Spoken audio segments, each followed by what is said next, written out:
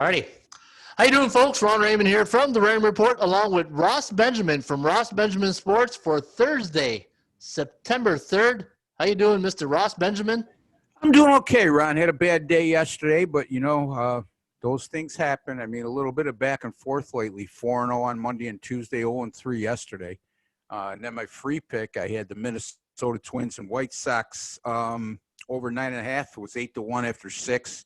And neither team could put a run on the board the last 3 innings. Just one of those nights, But still, with my pace selection since July 29th, still 57 and 43. That's 57% in all sports, which really much right now it's Major League Baseball, NHL, NBA. So, again, I had both favorites in the NBA last night. Thought I was going to get a reprieve with the Milwaukee game going over. The Milwaukee game going overtime, but I don't know if you watched the game. Oh, yeah. Ron. Jimmy Butler gets fouled with no time left on the clock. A controversial 3-point foul too, a 3-point shot foul just prior to that. So yeah, I hate when the referees decide games like that. I agree 100%. I did a little video on that. Yeah, I don't know about you, but neither one was really obvious. You know what I'm saying? My mentality, Ross, in sports, in playoffs, unless it's murder, call it. Yeah. Let the players play, especially in that second game, Houston and Oklahoma City. Game 7, you can't make a referee decide the last 10 seconds. Like, these guys have just went toe-to-toe for 7 games, and now the ref's going to dictate what's going to happen at the end of a game. That's not fair in my view. Yeah, well, I know it's they're supposed to. I mean, the textbook, they're supposed to call the game the same way in the last 10 seconds as you're supposed to call it in the first 47 minutes and 50 seconds, right? But we both know from watching sports and participating in sports all our lives that's not always the case. The human element comes into play, and referees really want to, for the most part, want players to decide the games at crunch time, barring the obvious. I agree with that. It's just, to me, Game 7, like you said, if you're going to call in the first minute, call in the last minute. Yeah. But just keep in mind it's Game 7 and let the players play it out, right? Yeah, and Harden and Westbrook really didn't. They had subpar games. Houston, I don't know how much they deserved to win that game, more than Oklahoma City just didn't take advantage of holding their 2 best players down. So and Dort had a really good game, Montreal guy. So no, good. That was a great game. That was a really back and forth game. It was physical at points. I really enjoyed that game better than the Milwaukee Heat. I don't know, that Bucks Heat game. It's kind of like watching paint dry a bit. It's not as much intensity.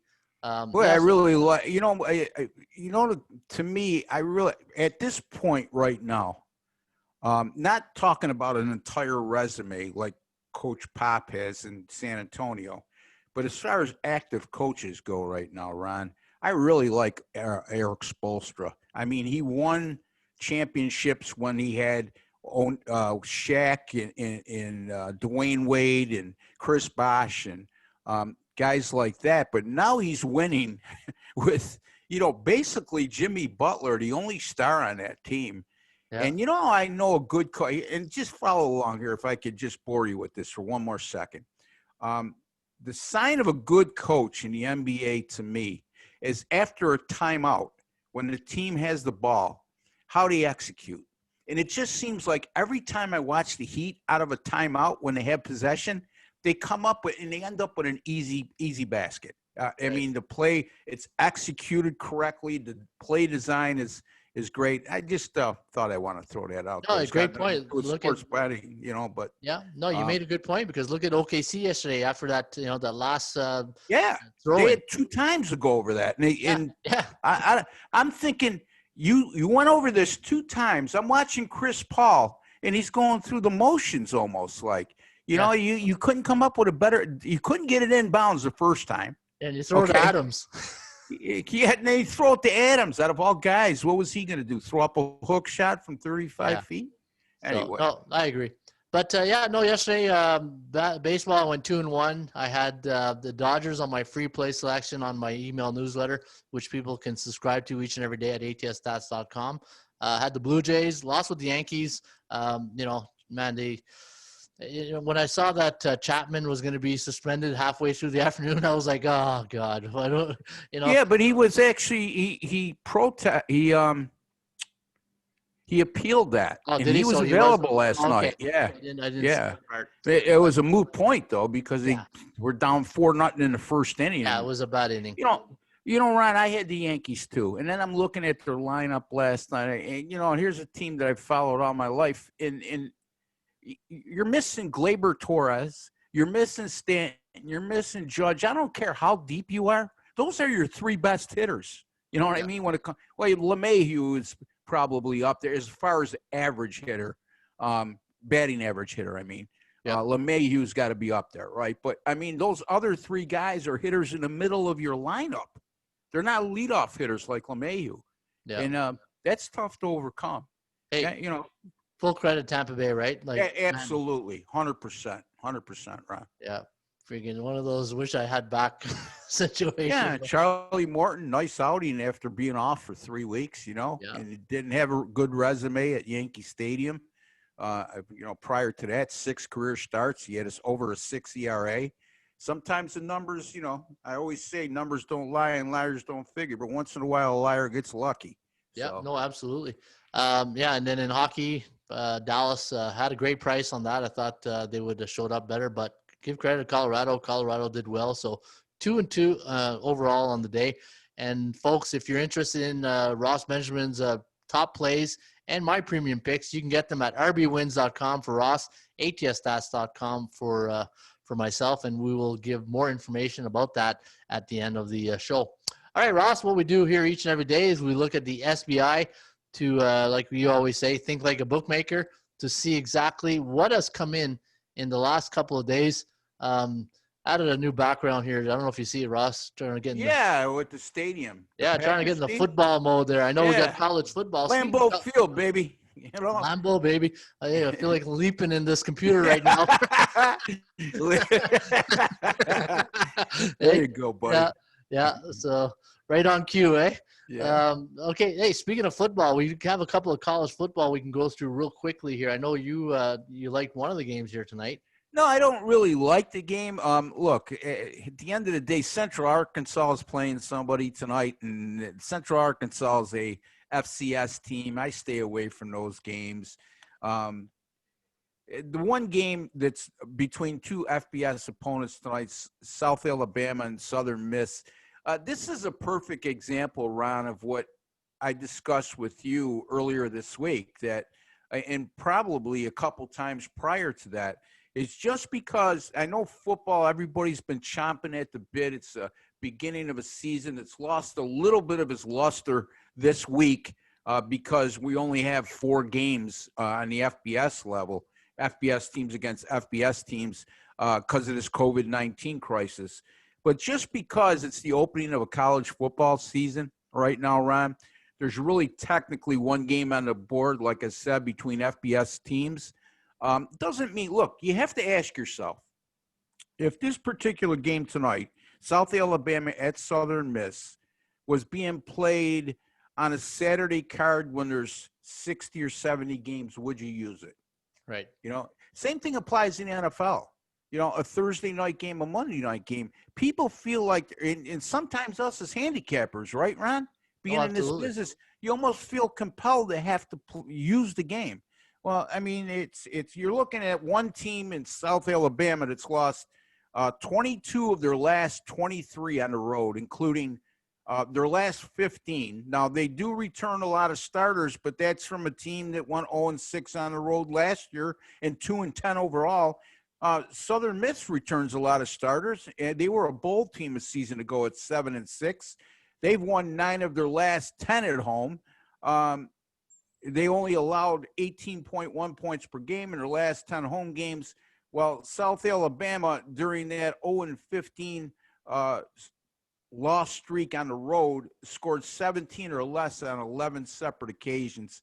So to me, and then the line opens at 14.5, is down to 13.5 for whatever reason. Some people with a lot of money are playing on South Alabama. I'm going to steer clear of this one, Ron. I think. Let's put it that way, unless I see some more line movement that gives me some value. Yeah, I agree, Ross. And that analogy is absolutely right. It's like playoff hockey and NBA right now. You got to be selective, just like this, and don't force a play because it's there, right? Wait till Saturday. You got a little bit more games, but next week, that's when the dance really starts. You got the NFL, you got the bigger programs that come into play. But I agree. I think next week is when we'll start. I mean, not really next week, but the week after in college football is when we start seeing the SEC and ACC open up their schedules, because the SEC is only playing against conference opponents, I think, this year. Yep. I think the same thing applies with the ACC and the Big 12. So I'm not sure Big 12, but when you're starting to see these conference versus conference games, Ron, it's going to become in full flight on, I think the date is September 12th, if I'm not mistaken. Yes, it is. So keep an eye on that. Again, tread lightly early on in college football, folks. Baseball, Ross, I'm thinking after this call, this program today, I'm going to get my contacts at Still Test, because we're going to need that milk again to wash out all that chalk. We're going to need all that milk to wash out all that chalk that came in yesterday.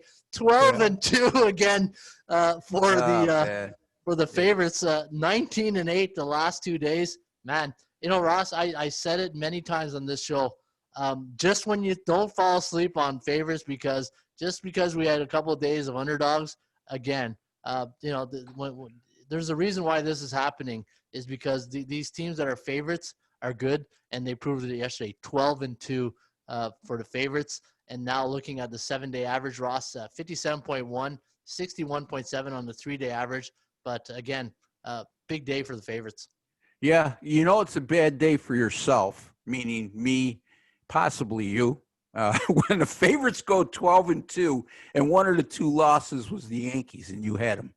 So go figure. But that's really alarming. 12-2, the favorites there. Yeah, I won't be jaywalking anytime soon. That's for sure. 6-7-1 to the unders yesterday. So hey, like I said, over-unders fire away. For some reason, over-unders always tend to and over-unders, it involves two teams. Where favorite, it's one team, and the bookmaker's tipping his hat by telling you who's going to win most of the time. Yeah, I think, and correct me if I'm wrong, Ron, the favorites are always going to hit at a high percentage in money line betting, Yep. I think, like, if we get into point spreads in college football and the NFL, I think we see and correct me if I'm wrong, because you've been studying this a lot lately since you developed this what goes up must come down theory, which to me is very sound. At this point, I've given it some time to look at, and it makes a lot of sense. But the thing with the over and unders, Ron, is the juice is not like it is with the average juice on a money line favorite. You know what I mean? Like yesterday, there might have been 4 or 5 teams that are minus 200 or greater. They better have a winning record. They better hit 60% over a course of the year, 64%, whatever they are over the last 10 years. Because if they're not, the bookmakers are going to take a bath, Absolutely. So just a small point. And you said something off air the other day when we were talking, we have our little chats. Again, I should record those, because sometimes I bring that into my day of handicapping. And I remember you said something like, today I'm going to focus on good pitchers. Yep. And then and I remember that yesterday, and I said, that's what this season's all about right now. Where are the good pitchers? Who's the perception pitcher? Who's the reality pitchers? And focus on those really good. Like yesterday, one of my main reasons why I took the under is because of all the positive thoughts and energy that we've talked about Zach Gallen the last couple of days. Walker Buehler, even though he's got a high ERA, he's still, the fact that he's on a really good team helps. Because now, seeing that ERA of 4 point something yesterday, I think. Yeah, he's a lot better pitcher than that ERA indicates. And then you're also looking at an Arizona team. I was just looking at this. they're 1-12, I think, in their last 13, Ron, and they scored 2 runs or fewer in 9 of those 13 games. So, Yeah. you know. And Mookie Betts comes and ties the game. And I was ready to go to bed, and then I had to stay up later to make sure that under one of those East Coast issues that we had. Yeah, you never know, right? With this, that's what scares you about an under when it goes extra innings. Now it's even more scary because they start with men on second base.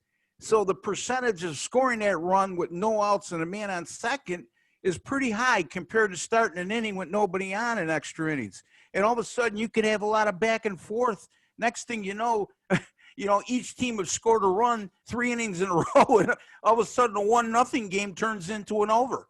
Right. And that's how gamblers think, right? Gamblers right away, as soon as you hit that home run, every gambler who had the under start doing the math. Okay, they're going to put a guy on second. Now, if he brings them in and they tie, they go 2-2. Right. Then we start doing the math. It's Luckily, the Dodgers scored 2 in the bottom of the inning. You know what I mean? Arizona scored 1. Arizona scored 1 in the top of the 10th, and I think the Dodgers scored 2 in the bottom of the 10th, Ron? Is that how it went? Yeah. It's amazing how we become mathematicians in extra innings when we're trying to figure out the outcome, right? But again, it goes back to what you said a couple of times. We remember the bad beats, but we forget quite easily the ones that we were very fortunate on. But that's that bad beat mentality, because you've had so many bad beats over your career that you remember, as opposed to the ones that went your way. That you can't help but think that way sometimes. It's you want to stay positive, but you're also human. You know what I mean? Absolutely. So. All right, let's take a look at the first game on the schedule here. We got a 1:35 Eastern start at PNC Park between the Pittsburgh Pirates and the Chicago Cubs. Now, Cubs coming off an 8-2 win yesterday, and they're sending Alec Mills to the mound here today against JT Brubaker. And looking at the Cubs on a 3-game win streak, the last 4 have gone over the total. For the Bucks, 3-game lose streak, last 3 have gone over. We had the Cubs here at minus 181 on the Raymond Report. You're getting 160, so still $10 too expensive in my book. But you know what, Cubs, this is the second half now. If they want to make a run in that division, or they are leading that division, I believe. They're in for these are the games they got to win, right? Yeah. Exactly. And they won quite handily yesterday, and they should. That's the bottom line. I mean, there's no excuse when you play a team like Pittsburgh, even though you're on the road. And we've seen Pittsburgh, what they did with Milwaukee at home. We've seen Detroit, how they handle the Cubs at home. So, I mean, there's no givens, right? You got to be mentally sharp. And if in this short season, even more so, right, Ron? Absolutely. But the Cubs have played 14-3-1 to the over in their last 18 games, Ron. 2 struggling starting pitchers. Alec Mills, his last 3, an 8.56 ERA. And Brubaker at home, 3 starts at home this year with a 7.20 ERA and a 1.70 WHIP, and only last 3.3 innings per start. So, again, you look at the 2 bullpens, both are shaky. I'd take a serious look at the over here, but I'd have to dabble into that further. Yeah. And the thing with this National League Central, there's nobody pushing them right now like other divisions, right? Yeah. Like the Dodgers are looking behind, but the Padres, the Dodgers are just having a great year, 28 wins, but 23 for San Diego. But the Cards, they're still 10 games behind everybody. They still got to play, and they've only. But they're playing 500 baseball, regardless of how many games they got to make up. You know what I mean, Ron? You said it yesterday. They're unimpressive. They're uninspiring right now. You want pressure? Go in American League Central. Yeah, exactly. What a division that is.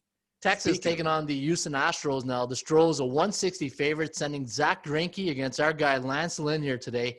Lynn, looking at Lynn's last 5 starts on the road, Ross, 2-3 straight up and 2-3-0 to the over/under. I just love this pitcher, man. And 2-1 game yesterday, but he's up against Zach Greinke.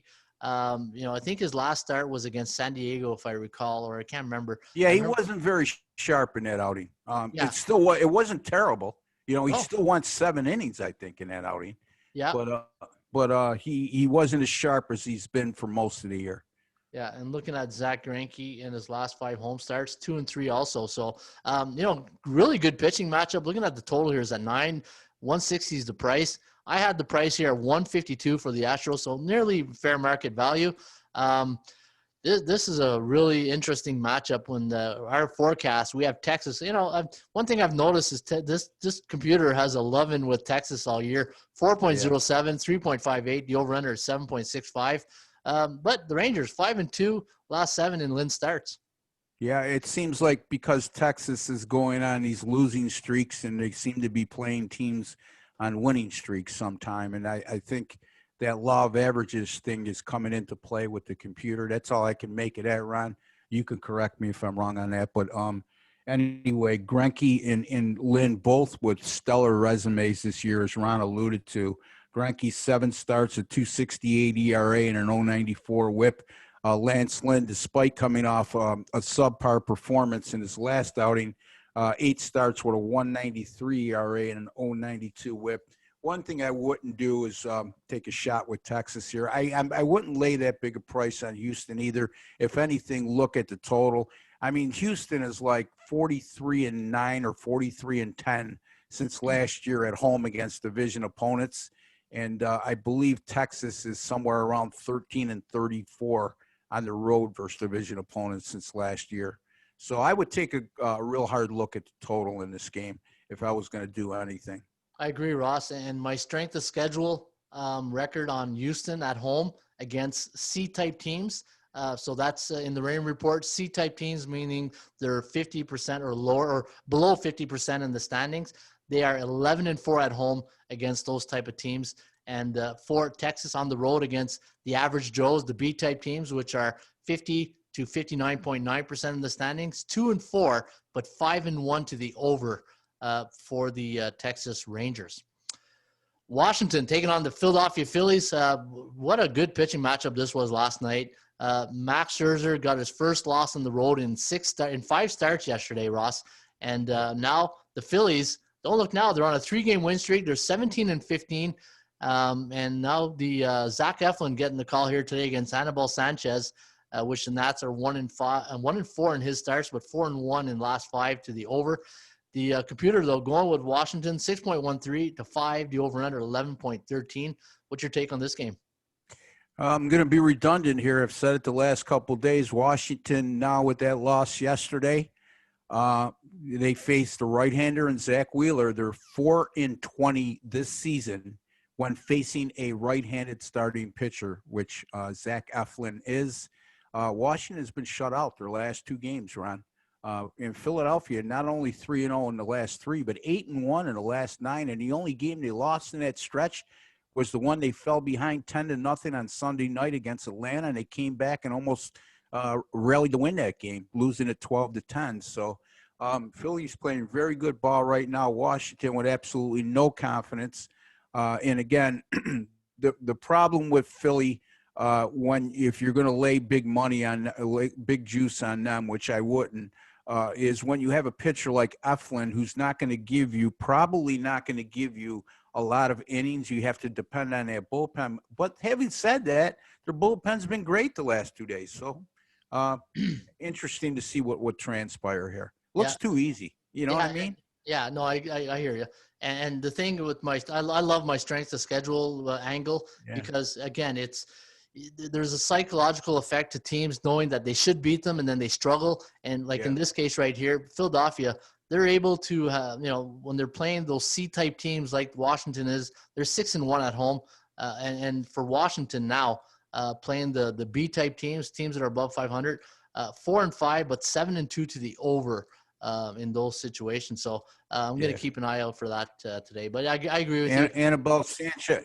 Oh, I'm sorry. Go ahead, Ron. Yeah, no, I agree with you that I can't lay that price on the 160. Yeah, and then you got Anibal Sanchez starting for Washington today, 0-3 in his team starts on the road with a 9.23 ERA and a monster 2.05 WHIP. So, how about Philadelphia this year, Ron? As a home favorite of -125 to -175, a perfect 9-0.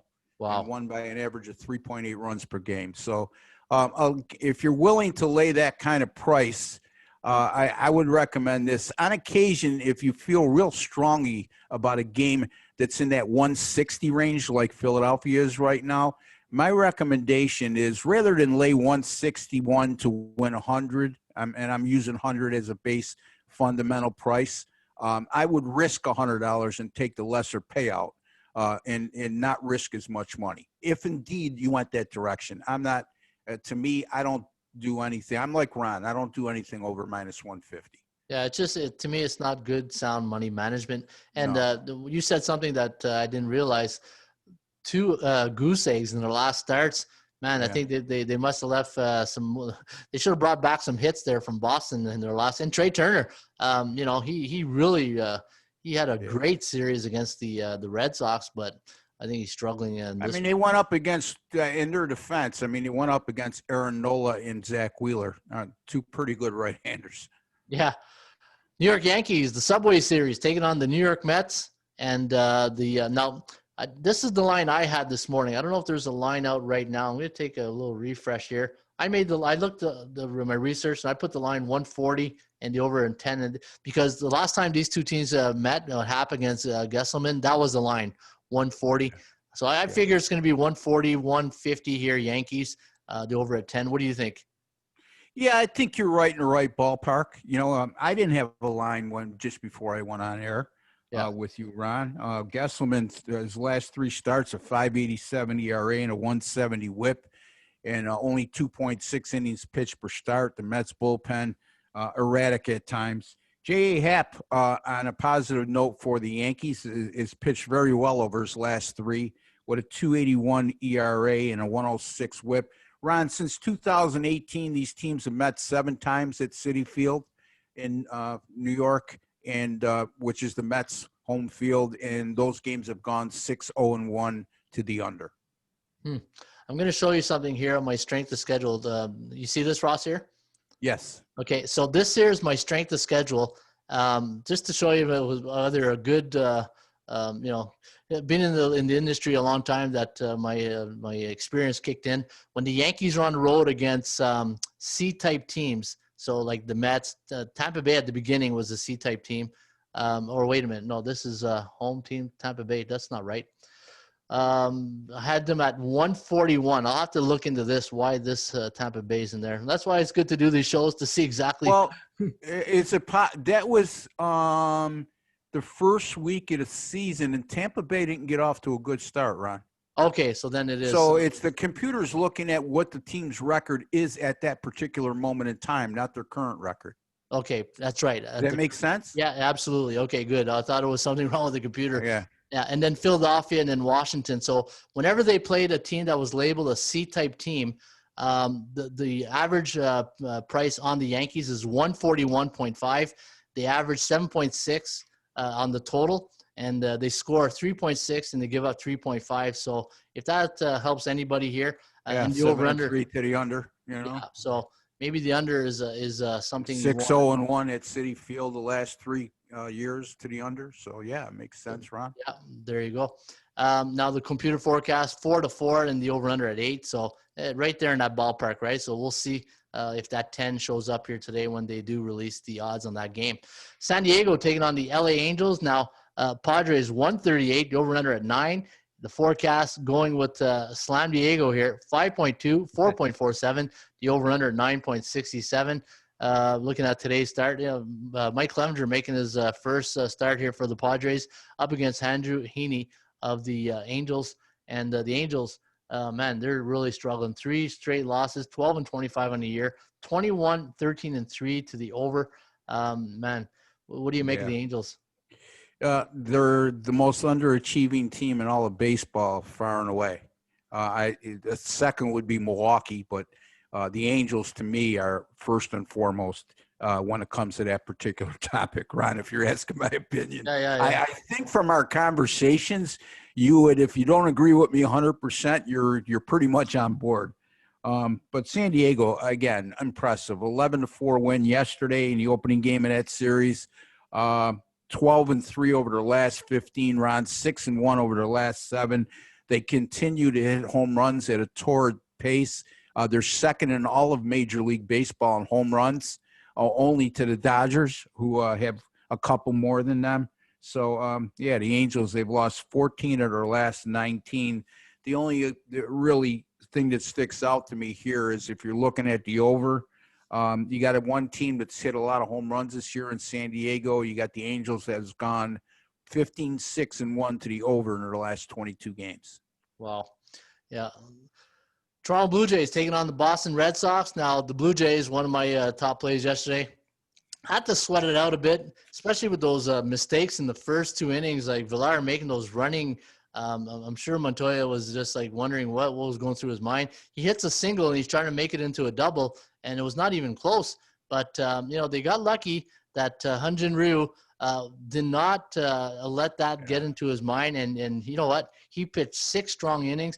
But one thing that really impressed me was Sixto Sanchez.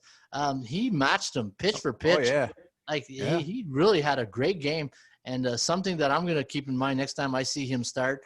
And now looking at this line, -128, the over under 10.5. Forecast going to lean with the Red Sox here. 5.68, 5.54, the over under 11.22. And Martin Perez up against Taijuan Walker today. And I don't know if Taijuan Walker's had to start here since he's been traded to the Blue Jays. I think he had one, Ron, and it was a pretty good one. I mean, Having said that, his last 3 starts, a 1.42 ERA and a 1.00 WHIP, and he's lasted 6.3 innings pitched per start, which is really good. The Toronto bullpen has been real good, Ron. I know you follow them, but their bullpen performance over their last 7 games, a 1.91 ERA as a staff. You get 6-7 good innings out of your starter, you're going to be in every game with a bullpen ERA like that. You mentioned Sixto Sanchez. That's 3 good starts now off the 3 good starts he's had this year, his only 3 starts. So, yes, you got to keep an eye on him. The only drawback I see for Toronto here is they haven't done well off close wins, Ron, over the last 2 years or going back to last year. After a win by 2 runs or less, they're coming off a 1-run win yesterday. They've gone 11-31 in the following games since the start of last year, and that includes 4-7 this year. Again, that's we'll see what happens here. I like Toronto's edge in terms of the starting pitching matchup because Martin Perez has struggled in his 3 starts at home. We know the Boston bullpen's horrible. This is right here. If Toronto wants to solidify and make it a statement here to say, hey, we're going to be a postseason team this year, this series, they have to beat teams like Boston that are beatable right now. Is this the beginning of a 4-game series, if I'm not mistaken, Ron? Yeah, I think you're right. I'm looking at the Blue Jays schedule right now, and they got let me see here. Yeah, they have Boston 1, 2, 3. Oh, they got 5. They got 5 games against Boston. Okay, it's a 5-game series in 4 days. Wow. Yeah. And then they got the Yankees, Mets, and Yankees. Yeah. The Yankees, they got to play 10 times before the end of the year. Yeah. My point being, again, and the Yankees are beatable right now. We saw that. We've seen that over the last week and a half. But keep in mind, the Yankees are without Gleyber Torres right now. They're without Stanton. They're without Judge. James Paxton's on the shelf. I'm not making excuses for them, but they're going to get healthy eventually. So my point being, getting back on where Ron doesn't have to ring the buzzer on me again, is Toronto's got to take a minimum 3 games in a series, Ron. Yeah, and you make a great point on the American League East Division. There's only one team in there that I really trust, and that's Tampa Bay right now. The Yankees, I can't. You can't trust them. The Blue Jays, they're so young. It's not that I don't trust them. Just their inexperience and making those running errors like yesterday twice, and he got tagged on falling asleep on third base, but with the catcher. Like, these are situations that you cannot – it's like that St. Louis game we talked about Saturday.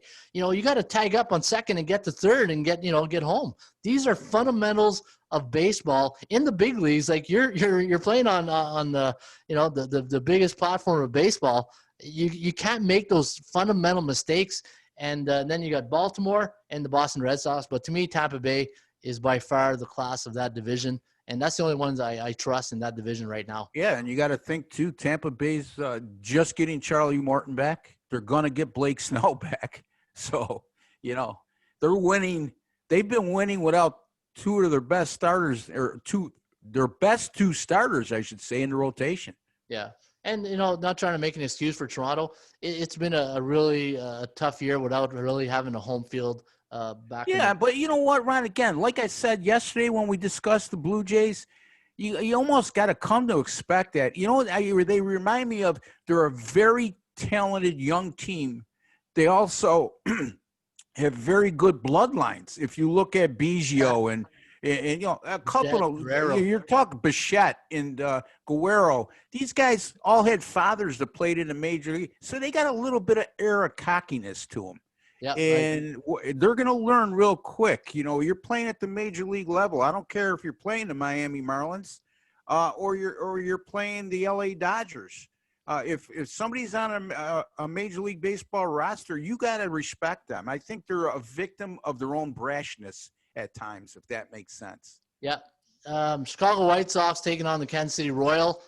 You better hold that parade off just yet in Chicago because after winning the first one against the Twins, reality kicked in pretty hard the last couple of days. Only one run yesterday, and prior to that, it was a 3-2 loss to the Twins.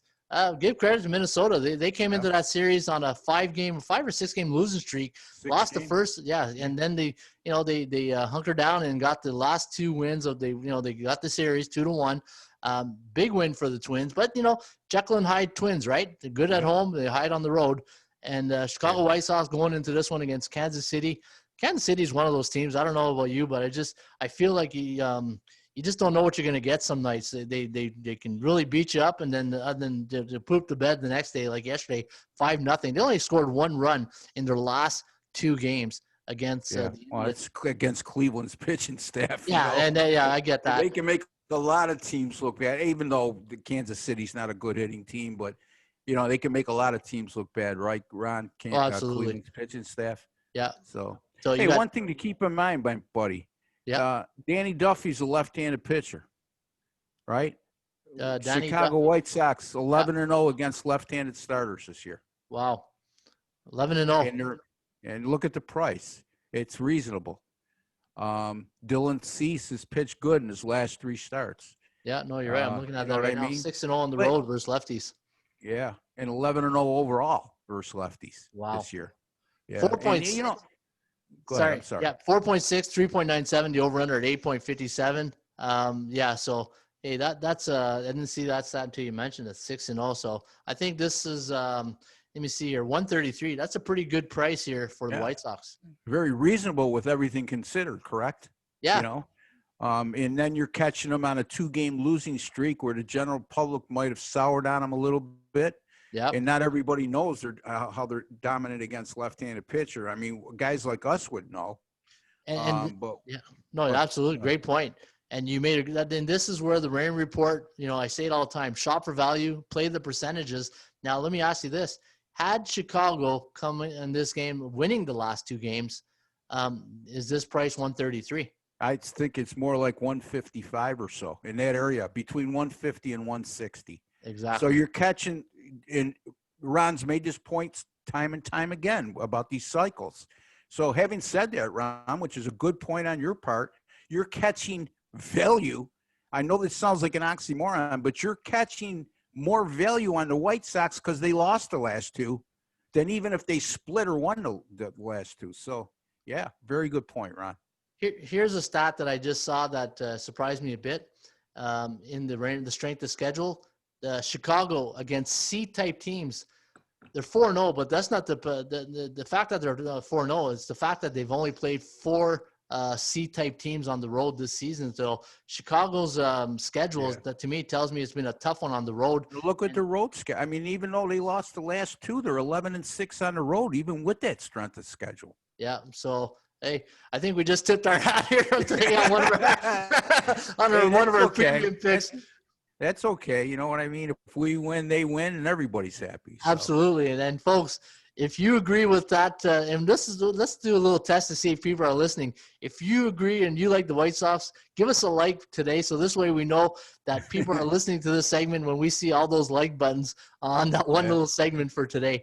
Arizona taking on the LA Dodgers. Now, the Dodgers, again, call it lucky, call it skill, call it whatever you want. I call it a 3-2 win with Mookie Betts, winning last night. in the bottom of the ninth to tie up the game, and then winning in later innings 3-2. But tip of the hat to both starting pitchers. Galen went.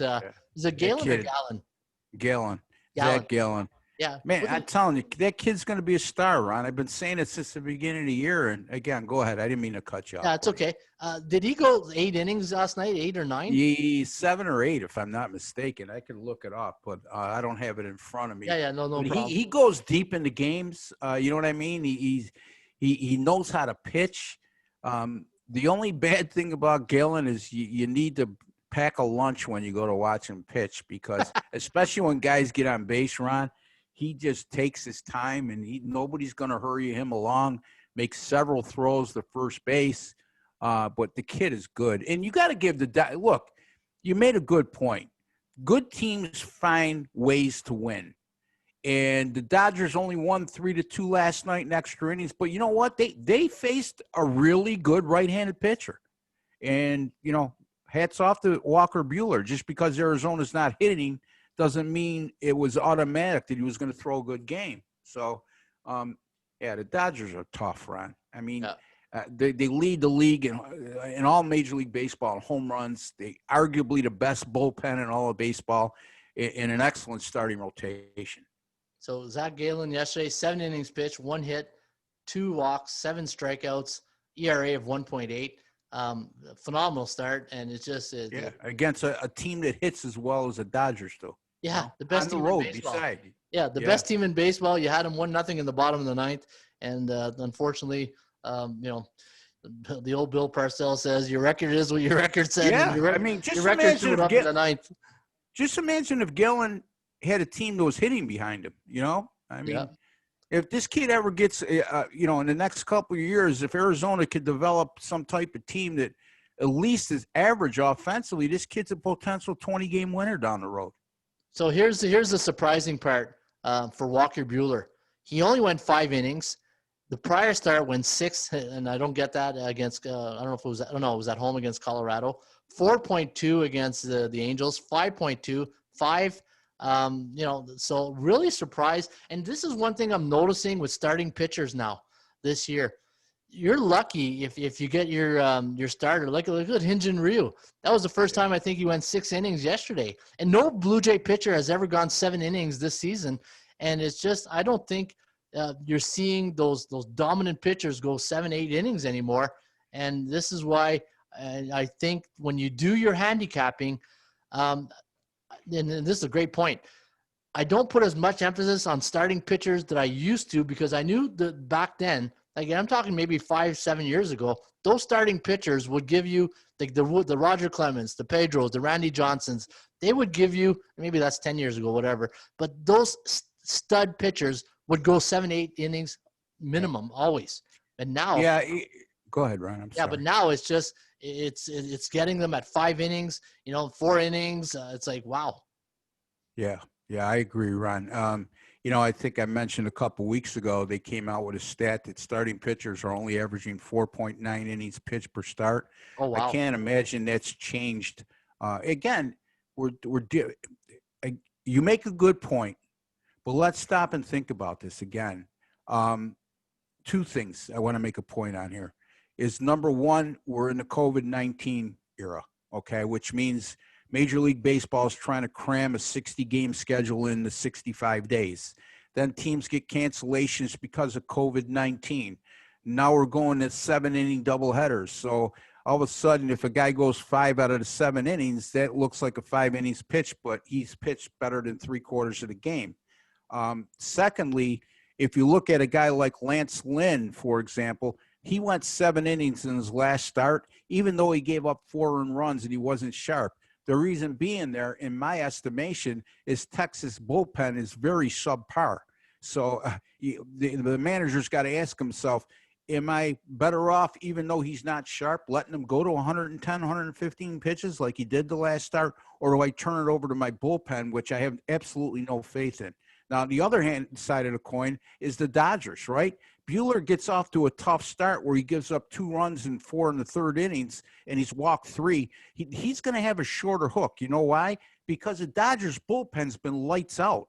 So again, you make a good point, Ron, and I hope I made a good, not a counterpoint, but a fortifying point to what you just said. You have to account more so this season, more than any other, for bullpens. Yeah, You they're have to human. look at the bullpen ERA, their WHIP, how they've done recently. Not sometimes you can't just look at the total picture. You got to look at how a bullpen's done over the last week, over the last 7 to 10 games. You know what I mean? So it's a whole different animal at what we're attacking this year from a handicapping standpoint when it comes to pitching in baseball. Yeah, no, they're human, and not having a training camp that they normally usually have to strengthen their arms to get into that 5-day rotation habit. And that's why you're seeing Tampa Bay. They're starting pitching, relief pitching. They're breaking down because they haven't had the normal routine and preseason that everybody usually has. And you're right. No, people are human. It's not a regular year. So looking at this game, 4.74, 4.13 for the Dodgers. This line is 275. Yeah. Over under 8.5. To me, if you're going to play it, I think the total is what you're looking at. Yeah, you should. You can't take Arizona, right, Ron? No, well, no, I don't. I won't. Because not with Luke Weaver on the mound against Clayton Kershaw. Yeah. So, You're talking about a team that's gone 1-12 in their last 13 and scored 2 runs or fewer in 9 of those 13 games. They're going against Clayton Kershaw with the 0.90 ERA and 0.80 WHIP in his last 3, and a red-hot Dodgers team right now that's won 18 of their last 21, Ron. Yeah, and especially with this 80% club stat that I'm going to show you here now, when the Dodgers are 260 to 280 home favorite versus righties the last 4 years, 14-1 straight up. And also, if you like the under today with Lance Lynn and Zach Greinke, the under 11-1 for the Rangers as a 140-160 road underdog coming off an under the last 4 years. So not bad stats here from the 80% club. And folks, you can get these stats and all the other, bells and whistles we have here at atsstats.com. If you do get a membership, I'm telling you now, put a week aside because it's going to take you a week to go through all this website. There's a mountain of data, and you know what? It's a pretty good site. Yeah, what do you think, Ross? Very good, Ron. And then also you're giving 25% off to any subscription. So, Ron's lessening the cost for you. And like he said, don't be hesitant, get the 7 days. And like I always say, I hate when people just buy 1 day and you happen to have a losing day and then they tell you you're terrible. And, the next 7 to 10 days you go 13-7. You know what I mean? Yeah. Same applies to the database here.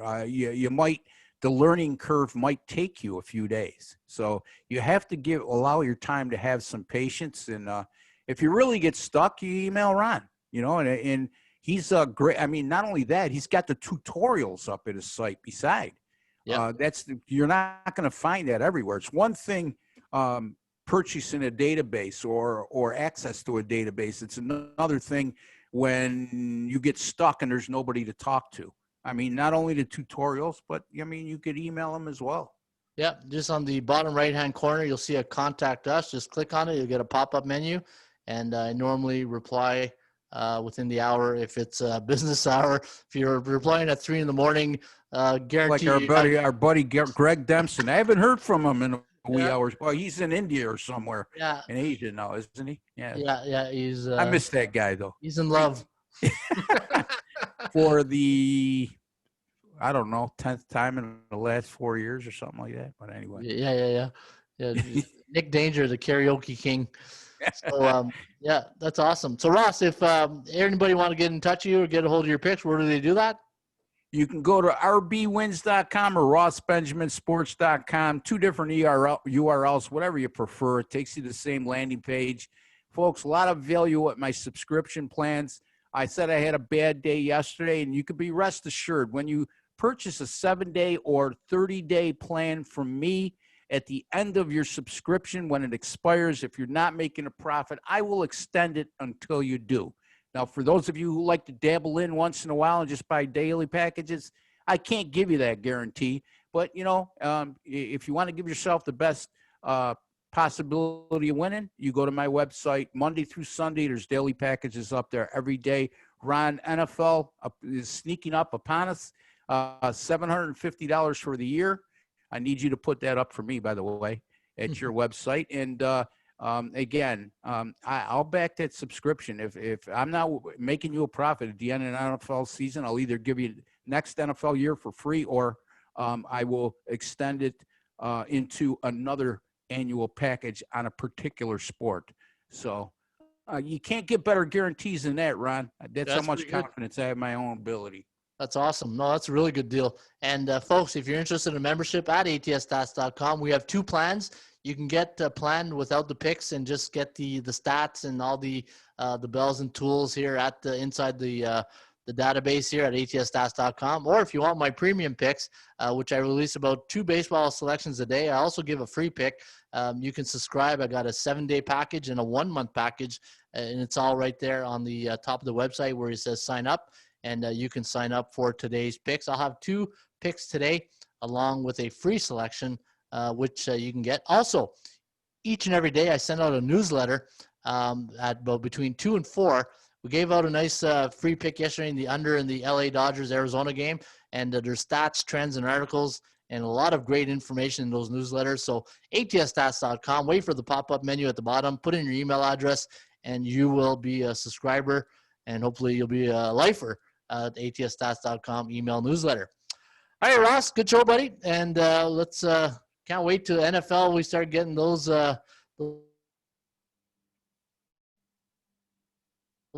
So for Ross Benjamin, I'm Ron Raymond. This was the Raymond Reports Sports Betting Podcast for Thursday, September 3rd. As always, shop for value, play those percentages. We'll see you back shortly with another Raymond Report.